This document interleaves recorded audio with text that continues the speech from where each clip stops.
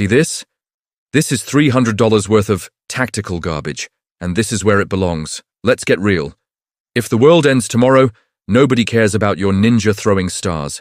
Nobody cares about your 125-piece survival kit that mostly band-aids and fishing line you can tie.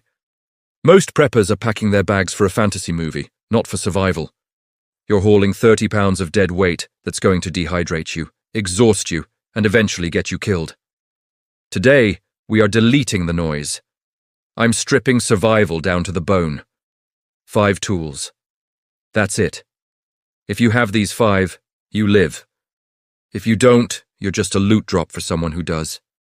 And to prove a point, I'm going to show you exactly why the gear you think is safe is actually a death trap. Tool number 1, the single-walled metal container. Look at this double-walled, vacuum-insulated beauty. Keeps your coffee hot for 12 hours, right? Great for the office. Terrible for the apocalypse. Here is why. If I need to boil water to survive, which, by the way, is priority number 1 because dysentery kills you faster than starvation, I can't use the insulated bottle. If I put this vacuum-sealed bottle in the fire, the pressure builds up between the walls, and boom. It's a pipe bomb. But this single-walled steel container, it is boiling water right now. It cooks your food, it melts snow, it sterilizes your wounds. It is not just a bottle, it is your pot, your pan, and your doctor. Get a military surplus canteen, or a clean canteen single wall. If it can't take the heat, leave it at home. Tool number 2, combustion. Specifically, a ferrocerium rod. But I have a Bic lighter, I hear you. Lighters are great, until they get wet, until they run out of fuel, until it's 10 degrees below zero and the butane won't gasify. Convenience is the enemy of survival. You need a ferro rod, not a tiny one on a keychain.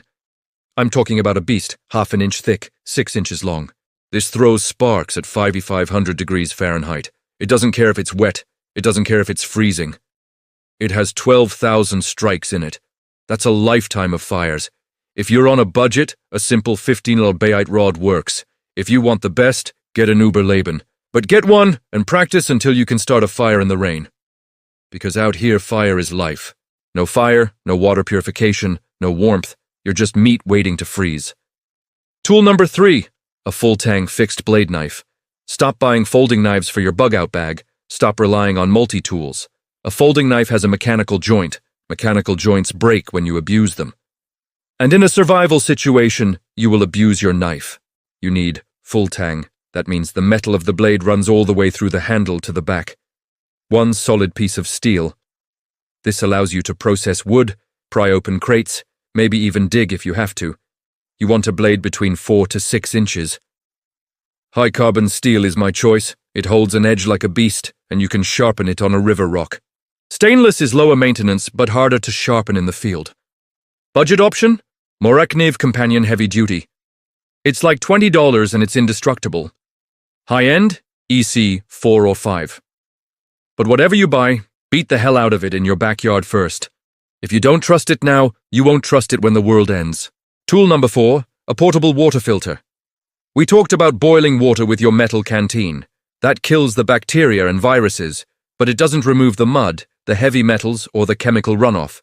Plus, stopping to build a fire every time you thirsty takes time and fuel you might not have. You need filtration on the go. The soya squeeze, or the life straw, are industry standards for a reason. They filter down to 0.1 microns.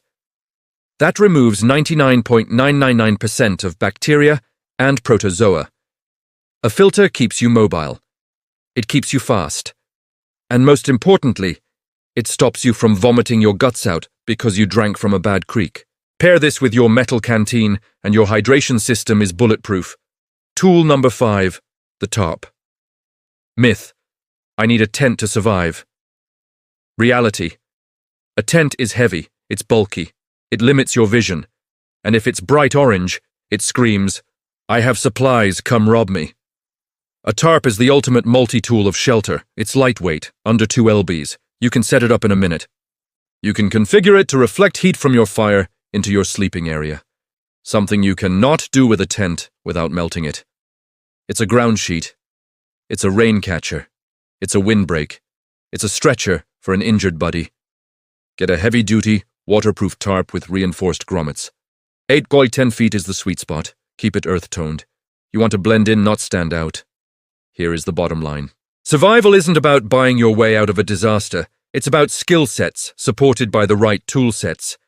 Your body has basic needs: hydration, core body temperature, and the ability to process your environment. Everything else in your bag? It's luxury. It's optional. If you can't survive with just these 5 items, you probably won't survive with a backpack full of gadgets either. So, do an audit. Dump your bag out on the floor tonight. If these 5 items aren't the first things you see, you have work to do. Get the garbage out, get the essentials in, and learn how to use them. I'll see you in the next one. Stay safe.